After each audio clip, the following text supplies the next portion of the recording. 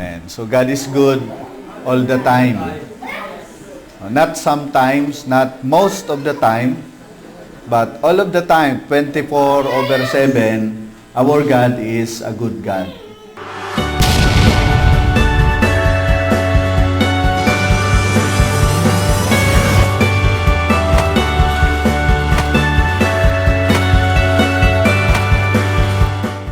It takes faith to believe na ang Diyos natin ay mabuti.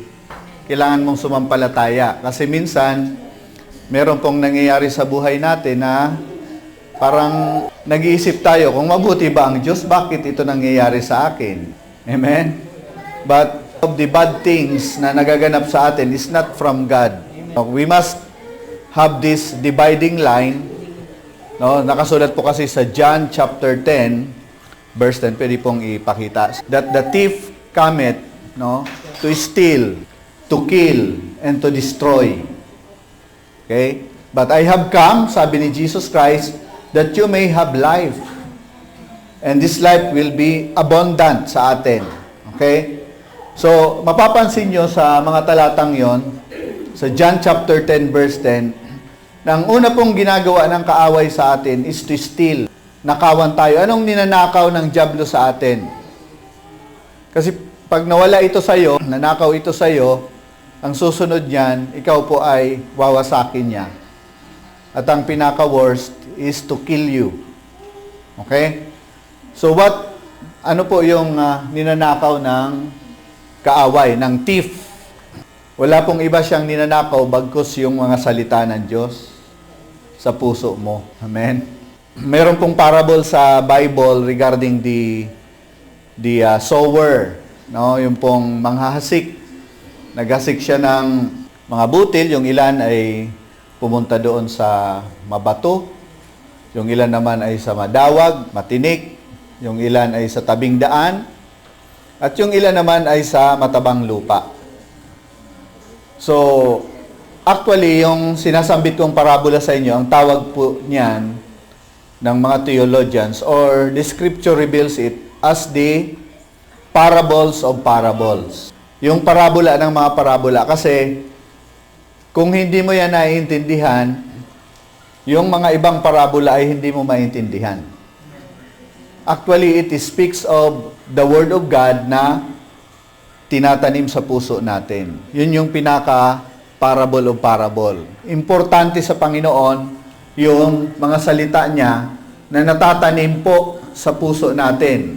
Napapakinggan natin, di ba? Kung ano yung exposure natin, yan yung natatanim sa puso natin, sa buhay natin. Kung saan ka na-expose. Okay? Kung halimbawa, meron kang sinusundan sa YouTube na isang vlogger, okay? Kung ano yung mga pinagsasabi niya, yan yung palaging nasa isip mo at nasa puso mo. Yan yung natatanim sa'yo. That's why, tayo pong mga Kristiyano, we have to decide. Hindi ko naman po sinasabi na masama po yung mag-follow ng isang YouTube vlogger, no? Bagkus, ang gusto ko lang pong sabihin sa atin, ano po ba yung nag-iimpluwensya sa buhay natin? Yung salita ba ng Diyos o yung sinasabi ng tao? May kausap po ba ako? Amen. So, tayo po ay magandang taniman ng salita ng Diyos, no? Matabang lupa tayo. Ano po? Ang ibig lang pong sabihin nun, ang nag-i-influence sa atin, yung salita ng Diyos. You say amen? And the devil wants to steal. Gustong nakawin yan ng dyablo sa buhay mo. For example, you are believing for healing. Meron kang sakit and you want to be healed. At tinatanggap mo sa iyong puso, sa iyong isip, yung mga sinasabi ng Panginoon, like in 1 Peter chapter 2:24, which says that by the stripes of Jesus Christ, you were healed. Yung sinasabi sa Isaiah 50, at marami pang tinuturo sa scripture regarding healing. Yan, nandyan po na yan sa heart mo. Okay? At pag yan po ay tumubo, dahil matabang lupa ka, umusbong at namunga, matatanggap mo yung bunga ng kagalingan. May kausap po ba ako? You will receive health and wholeness or a miracle of healing from God. Amen? So the devil wants to steal that word. Gustong nakawin niya ng dyablo sa'yo. Okay? So, pwedeng hindi umugat sa iyo, hindi tumubo. No? Kaya ang unang ginagawa po ng kaaway is nakawan tayo. At ang ninanakaw niya ang salita ng Diyos.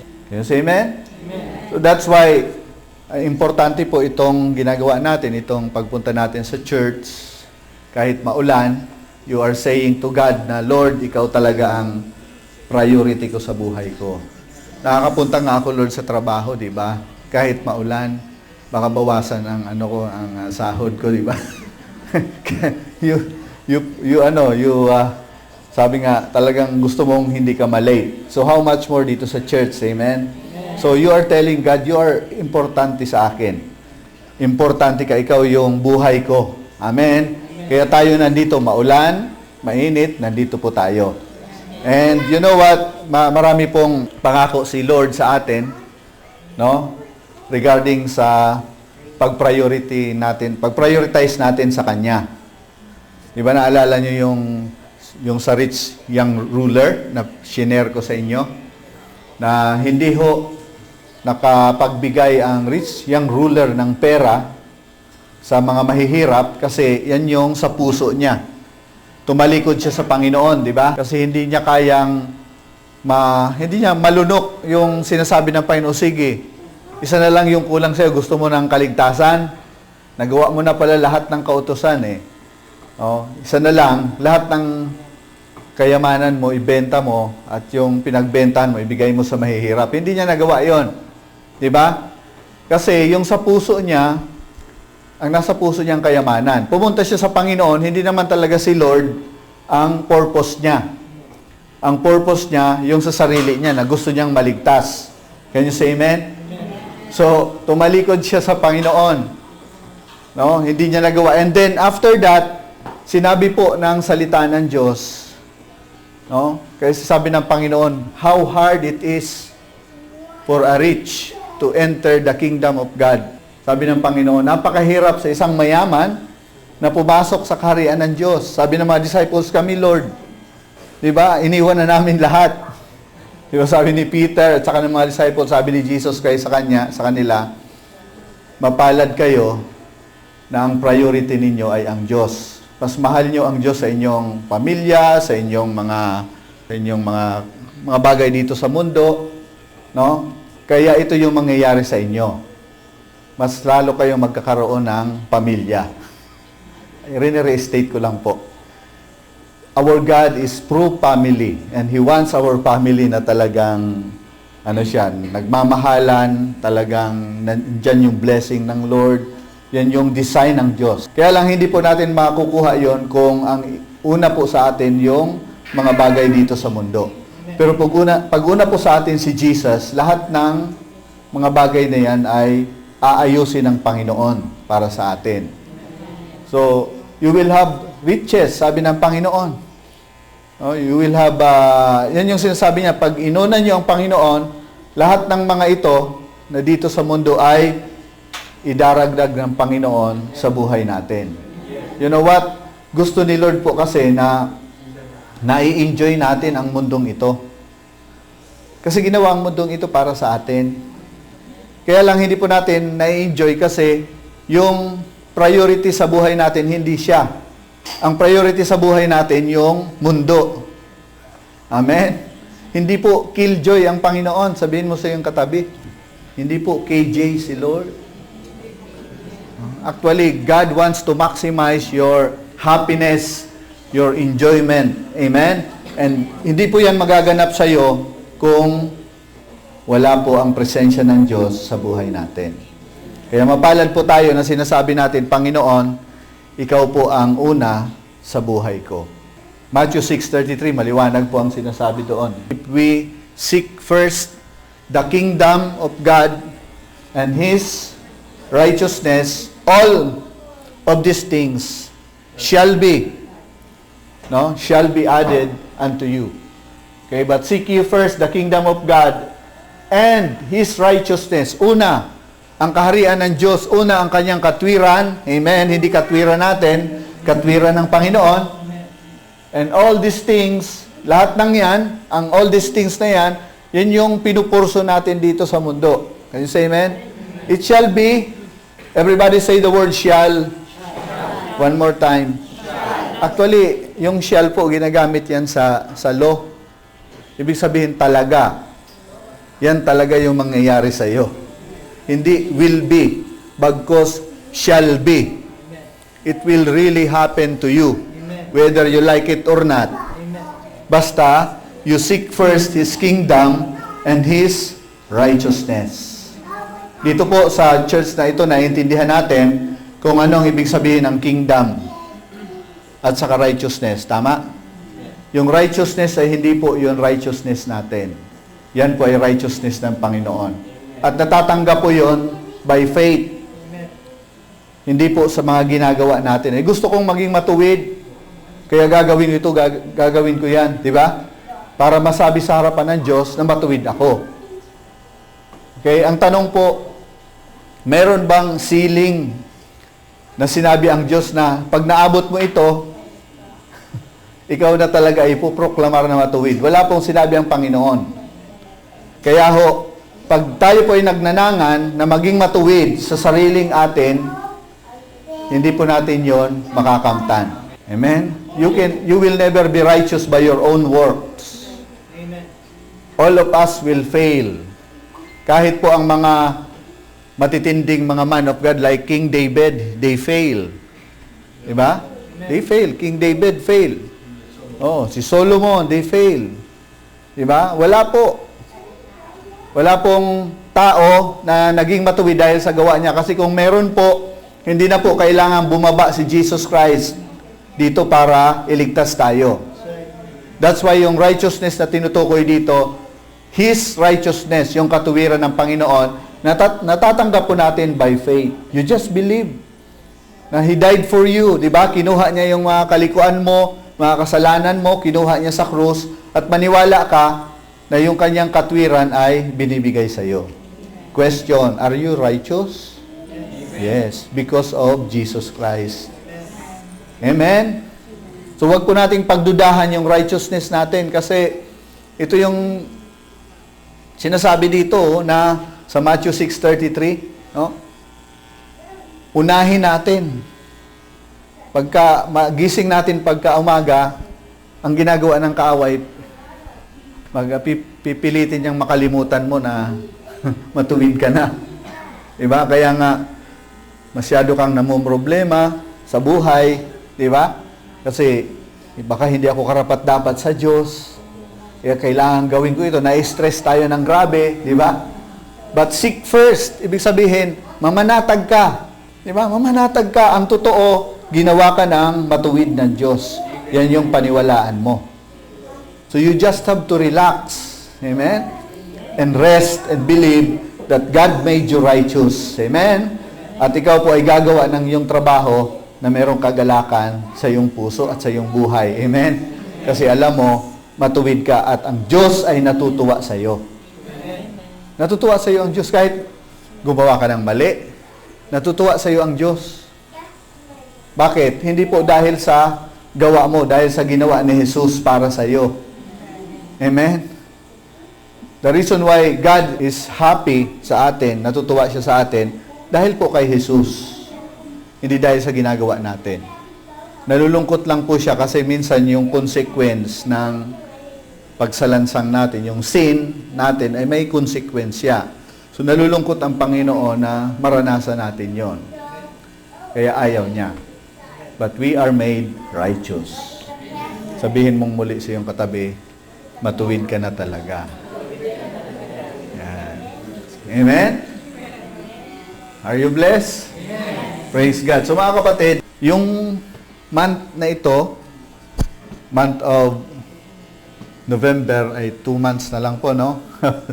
Mag-December na, no? So, nung isang araw, nagsabi pa lang tayo na January, no? So ngayon, maglilipat na po yung taon, di ba?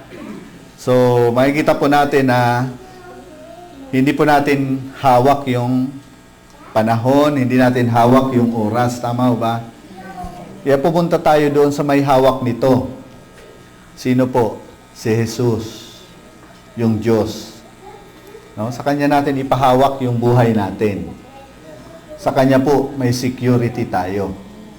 Sa mga nagaganap sa paligid natin, yung giyera sa Middle East, wars and rumors of wars, typhoons, earthquakes, no? Lahat ng yan ay makikita po natin nakasulat sa Bible. Ibig sabihin ho, the Lord is near. He is coming soon. Amen? Pero sabi po ng Scripture, parang mga birth pangs po siya. Parang kumbaga yung isisilang, di ba? Yung buntis magsilang, sumasakit yung tiyan, no?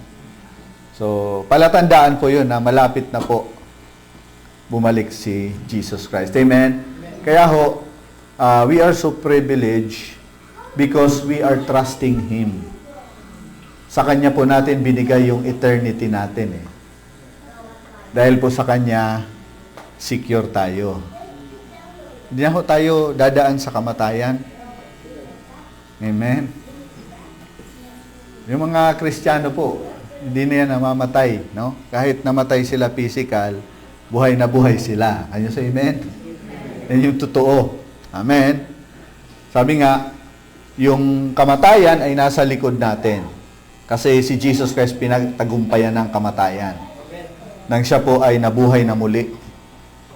No? After 3 days, nabuhay siyang muli. Deklarasyon yon na nasa likod na natin ang kamatayan.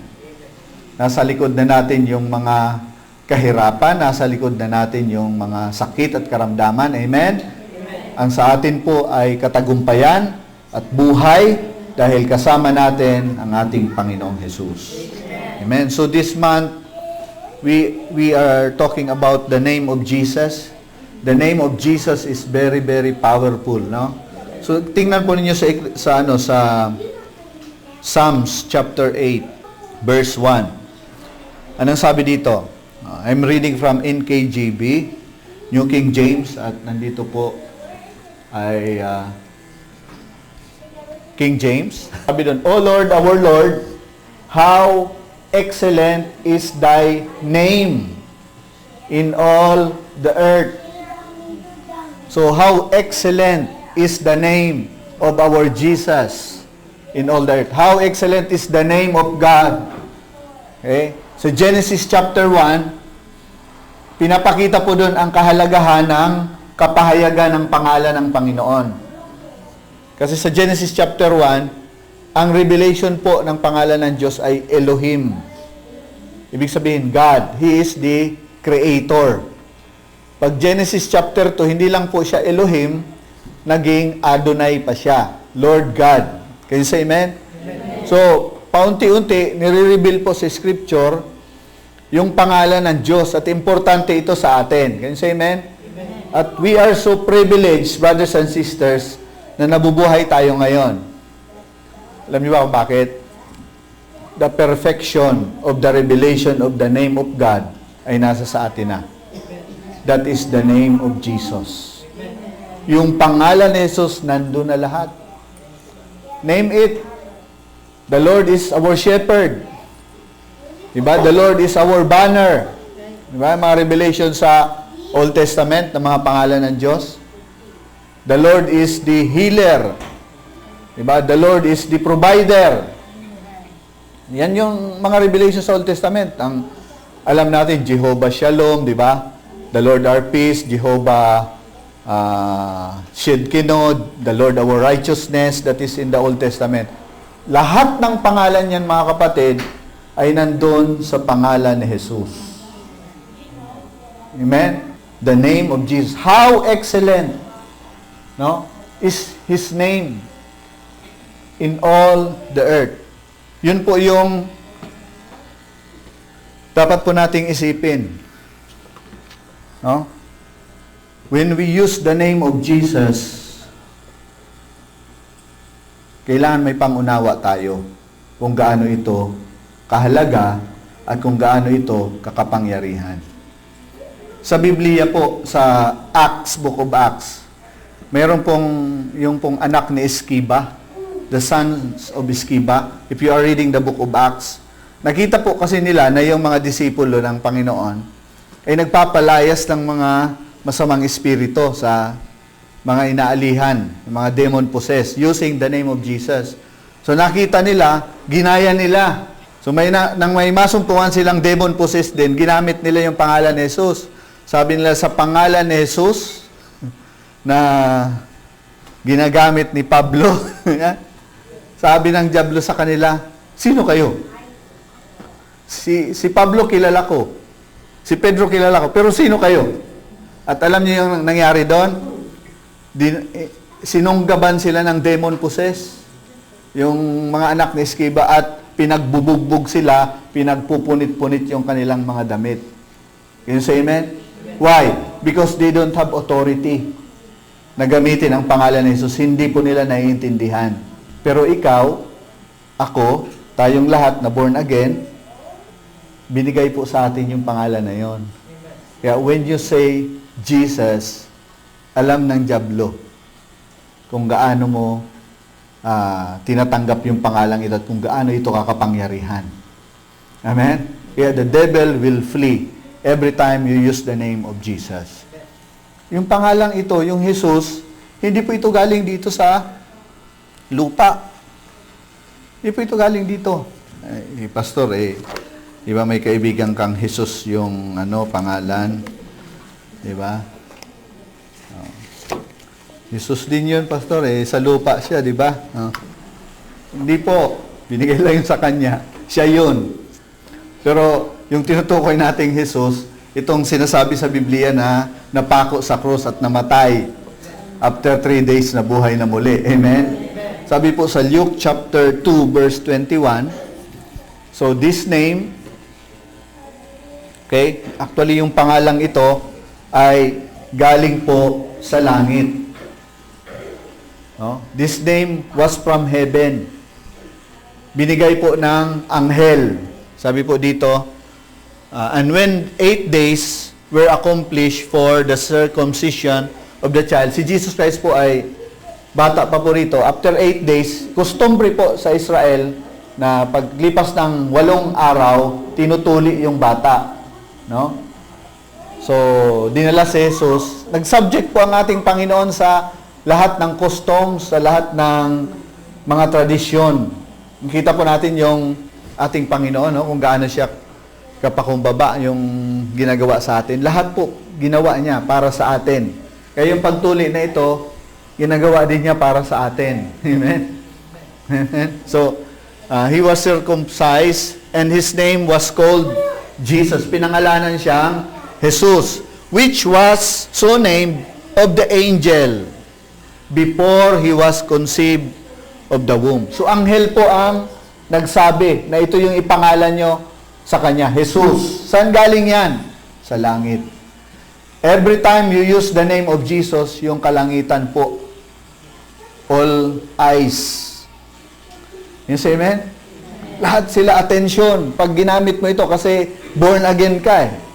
Nandyan sa yung Espiritu ng Panginoon. Kaya every time you mention the name of Jesus, all eyes ang kalangitan. Sinasabi nila, may gagamit ang pangalan ng Panginoon. Amen? Are you with me? I have heard a lot of testimonies, no? By just using the name of Jesus. Mayroon nga po akong napakinggan na testimony na sila po ay mahuhulog na sa bangin. Actually, nagdadrive siya. Nahulog actually yung sasakyan sa bangin. Sumigaw siya ng, Jesus! Para kung mayroong hand na sumalo sa sakyan nila at dinala muli sila doon sa road. Amen? I have heard testimonies from Kenneth Hagin, yung isa pong evangelist na sumalangit na rin po. Every time na ginagamit nila ang pangalan ni Jesus at pumupunta sila po sa may bedridden na mga may sakit, no? Hindi na makagalaw at mamamatay na may taning na. So, ang ginawa lang po nila, by the direction of the Holy Spirit, naghawakan sila ng kamay at ulit-ulit nilang sinasambit ang pangalang Jesus. Jesus, Jesus, Jesus, Jesus, Jesus. And then the power of God fell down at it hit yung pong may sakit at instantly gumaling. Can you say amen? Napakarami po. Kaya wag po nating basta-bastahin ang pangalang Jesus. Amen? Kung meron ka pong symptoms na nararanasan sa iyong katawan, pain, cast it out in Jesus' name. Amen? I am not allowing you sa aking katawan. Amen? There is power in your mouth when you mention the name of Jesus. Kasi yung pangalan yan, hindi po yan nag-originate dito sa lupa. Amen? Galing po yan sa langit. Yan yung sinabi ng Ama na yan yung ipangalan nyo kay Jesus. Dito sa batang to. And say amen? Siyempre, pag tayo po ay pumunta ng US, nagiging Jesus siya. Filipino, Jesus. Diba? Greek, Yesu. Pag naghapon ka, ano ba sa Japan yung Jesus? Basta you are referring to that person, amen, na sinasabi po ng Biblia, at alam mo yon, kilala mo siya, kasi may relasyon ka sa kanya. May kausap ba ako? So, mga kapatid, since na nandyan sa yung Espiritu ng Diyos, yung pangalan ni Jesus, makapangyarihan sa iyo. Sabi ng Panginoong Jesus, hindi pa kayo nananalangin na gamitin yung pangalan ko. Do it. Manalangin kayo na gamitin ang pangalan ko and I will do it. Gagawin ko. There is a new kind of prayer right now na nandito po sa atin. Can you say amen? Hindi po tayo nananalangin na worried. Alam niyo ba yung mga panalangin na nag-aalala tayo? Useless po yan. Pag meron ka pong mga problema sa buhay mo and then you are praying, Lord, tulungan mo ako, maawa ka naman, kinalimutan mo na. That's useless. God is teaching us a new kind of prayer. Praying in the name of Jesus. Ano yon?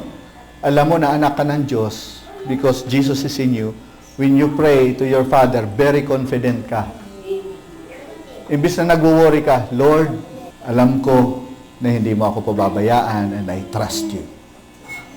That's the new kind of prayer and that is very powerful. No? Kaya kung ikaw po ay nag-pray na nag-aalala ka, relax. Relax.